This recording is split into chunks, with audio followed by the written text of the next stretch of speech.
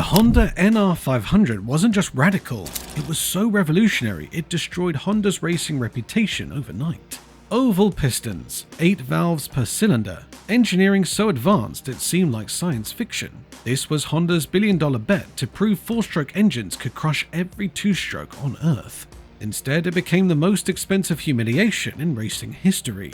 Why was Honda's masterpiece banned from competition? The answer lies buried in corporate pride, engineering hubris, and a failure so spectacular it forced Honda to abandon everything they believed in. And once you know the truth, you'll understand why they never spoke of it again. In 1967, the motorcycle racing world belonged to a simple truth: 2-stroke engines were the future. Yamaha, Suzuki, and every other manufacturer on the grid had embraced the crude, oil-burning, smoke-belching reality of Grand Prix competition. But at Honda headquarters in Japan, one man stood against the tide with the fury of an engineering purist facing heresy. Soichiro Honda wasn't just the company's founder, he was its philosophical conscience. And to him, 2-stroke engines were a disgrace to engineering. Real engineering needed cams, valves, and complexity. Only 4-stroke engines could deliver that. Honda had proved their point in the 1960s. Their 4-stroke machines screamed past rivals at impossible RPMs. They were precision engineering masterpieces that earned championships and respect. Their 250cc inline-6 revved to 18,000 RPM when most bikes struggled to reach 10,000. Their 125cc twin made 30 horsepower when competitors were lucky to see 20. Honda's racing department was a machine of surgical precision. Their riders included legends like Mike Hailwood and Jim Redman. Their engineers were pushing the boundaries of what internal combustion could achieve. They were winning championships in multiple classes simultaneously, proving that superior engineering could overcome any disadvantage. But Honda wasn't just winning races, they were rewriting the technical rulebook. Their 6-cylinder 250cc bike was so advanced that rivals couldn't even understand how it worked. The sound alone was otherworldly, a mechanical scream that announced Honda's technological superiority to anyone within miles. When Honda said 4-strokes were superior, they had the trophies to prove it. But by 1967, the writing was on the wall. 2-stroke technology was advancing rapidly. The physics were undeniable. 2-stroke engines could produce more power than 4-strokes. A 4-stroke had 4 separate steps to make power. A 2-stroke did it in just 2 steps, firing twice as often. It was like the difference between a boxer throwing 1 punch per round versus throwing 2. The crude boxer was going to win more fights. Faced with this reality, Honda made a decision that shocked the racing world. They walked away. Not beaten, not outclassed. They simply refused to play in a world where engineering principles meant less than raw power. For over a decade, Honda sat on the sidelines of Grand Prix racing, watching their sophisticated 4-stroke philosophy become increasingly irrelevant as 2-stroke machines dominated every track on Earth. But by the late 1970s, Honda's absence had become something worse than principled. It had become embarrassing.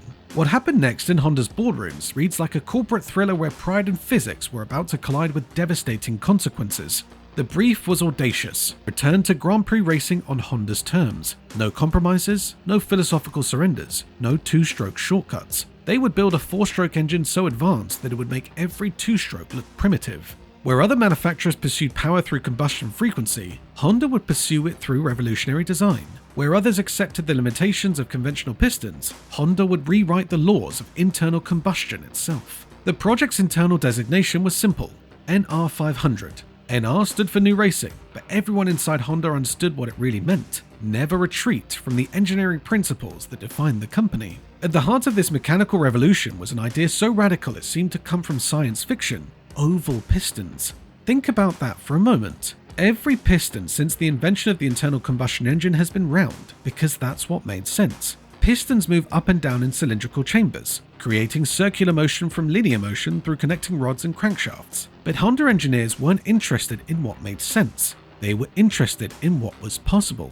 The oval piston concept was brilliant in theory. Make pistons oval instead of round. Fit larger valves, 8 per cylinder instead of 4. More valves meant better breathing. Better breathing meant more power. Most importantly, it proved that 4-stroke engineering could match 2-stroke power through pure innovation. It was trying to make a circle act like a square while maintaining all the benefits of being a circle. Mathematically elegant, theoretically sound, and practically insane. The development costs were astronomical.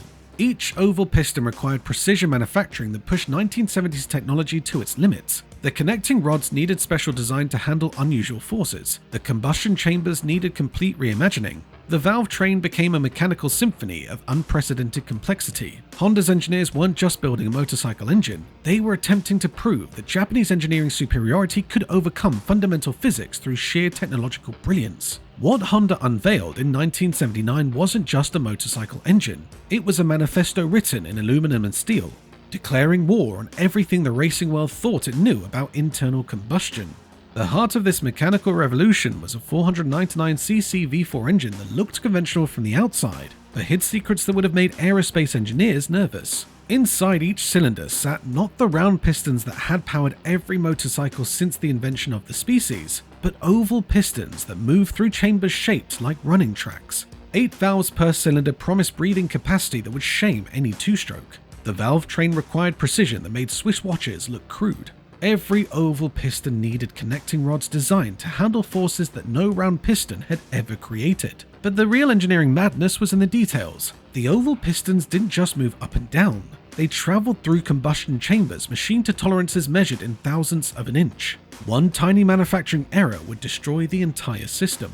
The cooling system had to manage heat loads that conventional engines never faced. The lubrication system needed to handle pressures and temperatures that pushed oil technology to its limits. The ignition timing required computer-level precision in an era when most motorcycles still used mechanical timing systems. Honda's engineers had essentially built a Formula One car and tried to make it work in a motorcycle chassis. The complexity was staggering, the manufacturing costs were astronomical, and the reliability was optimistic. Early dyno testing revealed an engine that made impressive power numbers when it ran. The oval pistons created combustion characteristics unlike anything seen before. The 8-valve heads flowed air with the efficiency Honda had promised, but there was a problem. Actually, there were several problems, and they were all fundamental. The oval pistons, for all their theoretical advantages, created sealing issues that round pistons simply didn't have. The complex valve train vibrated at frequencies that threatened to tear itself apart. The precision manufacturing required to keep everything working was so demanding that even minor temperature changes could throw the entire system out of tolerance.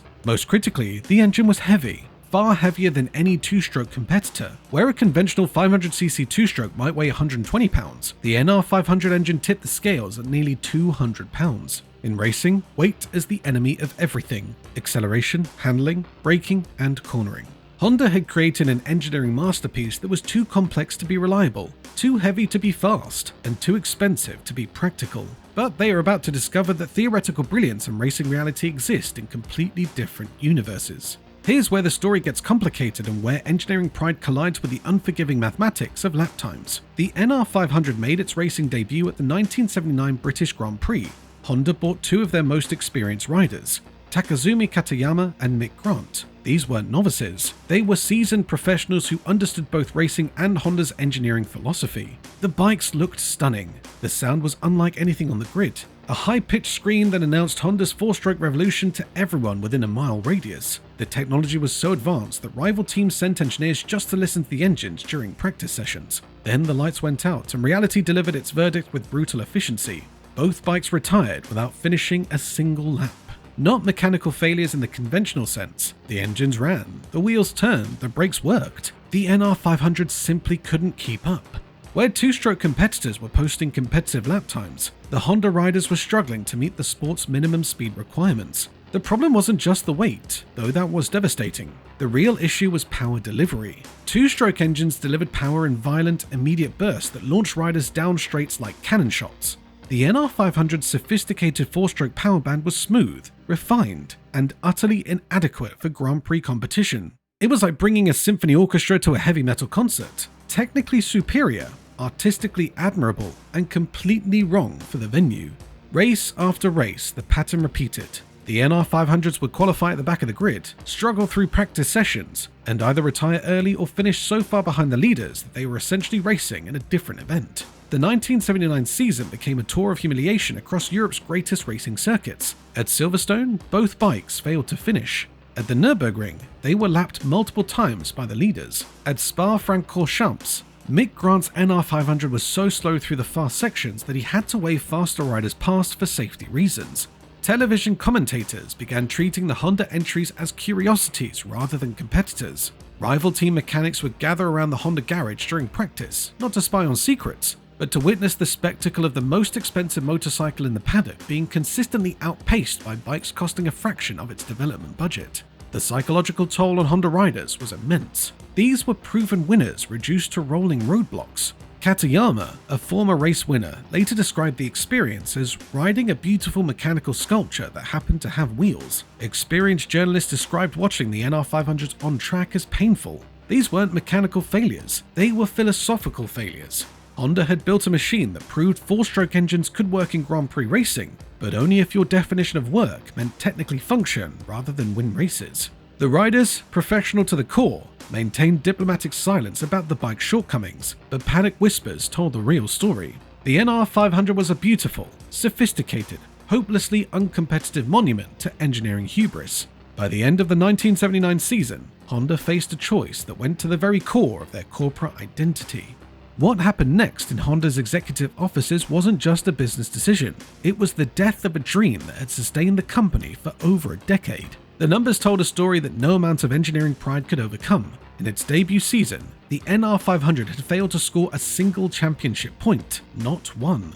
In a sport where even finishing 6th earned points, Honda's revolutionary four-stroke was so uncompetitive it was essentially racing in a different category. The development costs were staggering and climbing. Each race weekend required spare engines, specialized tools, and engineering support that cost more than most teams' entire seasonal budgets. Honda was spending Formula One money to achieve club racing results. More devastating than the financial cost was the reputational damage. Honda had returned to Grand Prix racing with tremendous fanfare, promising to revolutionize the sport through superior engineering. Instead, they had created a public demonstration of how theoretical brilliance could translate into practical failure. Internal Honda documents from late 1979 painted a grim picture. Engineers estimated that making the NR500 genuinely competitive would require complete redesign equivalent to starting over with unlimited budget and 5-year development timelines. The company faced a choice that cut to their philosophical foundation: continue bleeding money and reputation on a project that might never work, or abandon the four-stroke dream that had defined Honda's racing identity. In 1980, Honda made a decision that would have been unthinkable just years earlier. They quietly shelved the NR500 project and began developing what the company had sworn they would never build: a two-stroke racing engine. The capitulation wasn't announced with press releases or public statements. Honda simply stopped talking about oval pistons and 8-valve heads. The NR500s disappeared from race grids as quietly as they had arrived, becoming expensive museum pieces almost overnight. But this defeat would plant the seeds of something far more significant than anyone imagined. What rose from the ashes of the NR500's failure would become the most dominant motorcycle in Grand Prix history, proving that sometimes admitting you're wrong is the first step towards being spectacularly right. In 1981, Honda finally swallowed their pride and did what they sworn they'd never do: built a two-stroke racing engine. The NS500 was everything the NR500 wasn't: simple, light, and brutally effective. It wasn't pretty, it wasn't sophisticated, but it was fast, and crucially, it won races. The NS500's success gave Honda credibility, but more importantly, it gave them knowledge. For the first time since the 1960s, Honda's engineers were learning how to build competitive two-stroke engines. They were understanding power delivery characteristics, exhaust tuning, and weight distribution in ways that no amount of four-stroke theory could teach. By 1984, Honda was ready to unleash what that bitter education had created: the NSR 500. The NSR 500 wasn't just Honda's admission that two-strokes were superior, it was their declaration that if they were going to build two-strokes, they would build the best two-strokes the world had ever seen. The early NSR 500 featured a compact 90-degree V4 engine with a single crankshaft, making it lighter and more centralized than competitors' twin crankshaft designs. At just 255 pounds, it was a featherweight compared to the heavyweight NR 500. The 499cc two-stroke engine cranked out 150 horsepower, power that the NR 500 had never even approached. But Honda's engineers brought something to two-stroke development that other manufacturers lacked: the painful memory of the NR 500's failure. They understood that raw power meant nothing without the engineering discipline to harness it effectively. In 1985, Freddie Spencer rode the revised NSR 500 to Honda's second 500cc championship. But Spencer didn't just win the 500cc title, he also won the 250cc championship in the same year, a double title that no rider had achieved before or has achieved since. The message was unmistakable. Honda hadn't just returned to competitive racing, They had become the standard by which every other manufacturer measured themselves. The NSR500's evolution over the next 2 decades reads like a masterclass in how failure can fuel innovation, with each advancement building on lessons learned from the NR500 disaster. Where the NR500 had been too complex to maintain, Honda made the NSR500 reliable enough for privateers to race. Where the NR500 had been too heavy to accelerate, the NSR500 became the lightest bike on the grid. Where the NR500 had delivered power with sophisticated smoothness, the NSR500 delivered it with violent, uncompromising effectiveness. But Honda engineers weren't content with simply building fast motorcycles. They were determined to prove that their approach to two-stroke development could revolutionize the technology itself. In 1987, Honda introduced a counter-rotating crankshaft that counteracted gyroscopic effects, making the bike more stable in corners. In 1989, they pioneered the first quick shifter in Grand Prix racing, allowing seamless upshifts without throttle release or clutch manipulation. In 1992, Honda introduced the Big Bang engine.